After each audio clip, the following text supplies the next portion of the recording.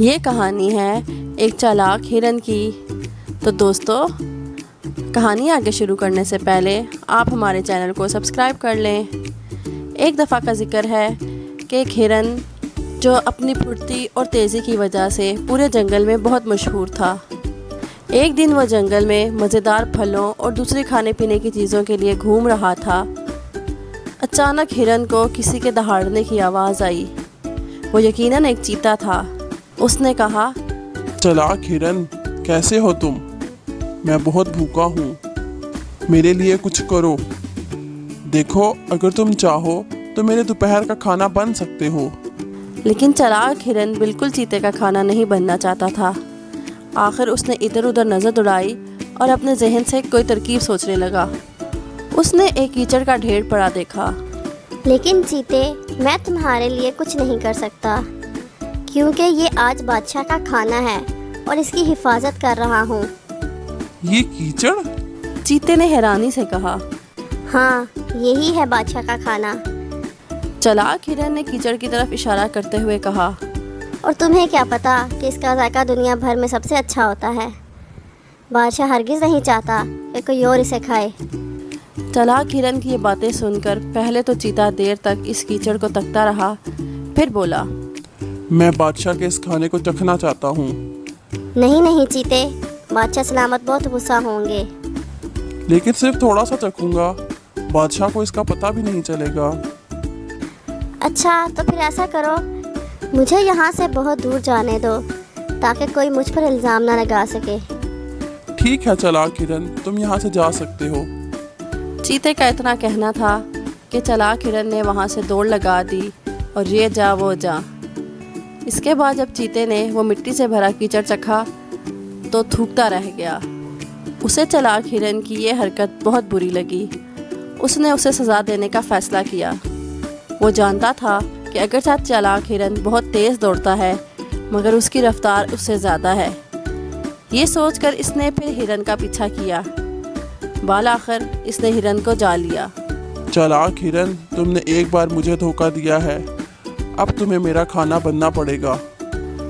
अब चालाक हिरन ने दोबारा इधर उधर देखा। उसे एक शहद का छत्ता नजर आया। उसने कहा, मगर चीते, मैं आज तुम्हारा खाना नहीं बन सकता, क्योंकि बादशाह ने मुझे इस ढोल की हिफाजत करने का कहा है। बादशाह का ढोल? मगर कहाँ है? चीते ने हैरानी से पूछा। ये रहा।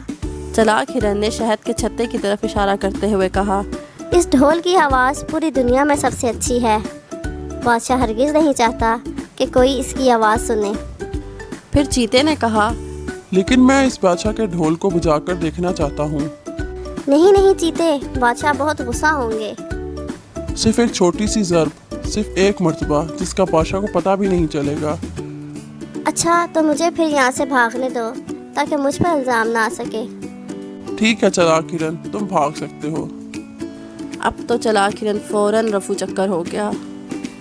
वाह भाई, बादशाह का ढोल कितना अच्छा है। चीते ने इतना कहा और दरख्त पर चढ़कर उसे हाथ से एक ज़रब लगाई। अब क्या था, सारी शहद की मक्खियाँ बाहर निकल आईं और चीते को काटना शुरू कर दिया। उसने दर्द से चीखना शुरू कर दिया। किसी तरह जल्दी से दरख्त से नीचे उतरा और एक तालाब में कूदकर जान बचाई। अब तो चीता गुस्से में भरा हुआ था। वो हर कीमत पर चालाक हिरन को सबक सिखाना चाहता था। इसने फिर दौड़ लगाई और तेज़ी से हिरन का पीछा करते हुए उसे पकड़ लिया।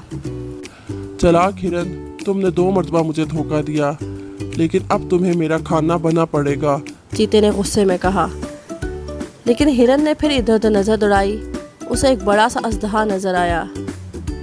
वो अपना जिस्म लपेट कर मज़े से सो रहा था। नहीं नहीं चीते, मैं तुम्हारा खाना नहीं बन सकता, क्योंकि बादशाह ने मुझे अपने बेल्ट की हिफाजत करने को कहा है। बेल्ट? कहाँ है बादशाह की बेल्ट? चीते ने हैरान होकर सर घुमाया। वो रही।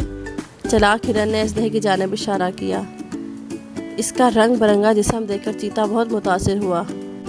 देखो चालाक हिरन, क्या मैं ये बेल्ट पहन कर देख सकता हूँ? नहीं नहीं, अगर बादशाह सलामत को पता चल गया कि इनकी बेल्ट किसी और ने पहनी है तो वो बहुत गुस्सा होंगे। सिर्फ एक बार। अच्छा, तो फिर मुझे भागने दो ताकि मुझ पर इल्ज़ाम ना आ सके। चीते ने फिर हर मर्तबा की तरह उसे भागने की इजाज़त दे दी। अरे वाह, बादशाह की बेल्ट। चीते ने ये कहा और लपक कर अजदहा को उठा लिया। अभी इसने खड़े होकर बड़े फ़ख्र से वो बेल्ट अपनी कमर में लपेटी। अजदहा पहले तो समझ ना सका कि ये क्या हो रहा है, फिर अचानक उसने बड़ा सा मुंह खोला।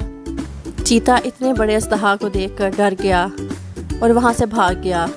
उसके बाद कभी चीते ने हिरन की तरफ भूखी नज़रों से देखने की कोशिश नहीं की।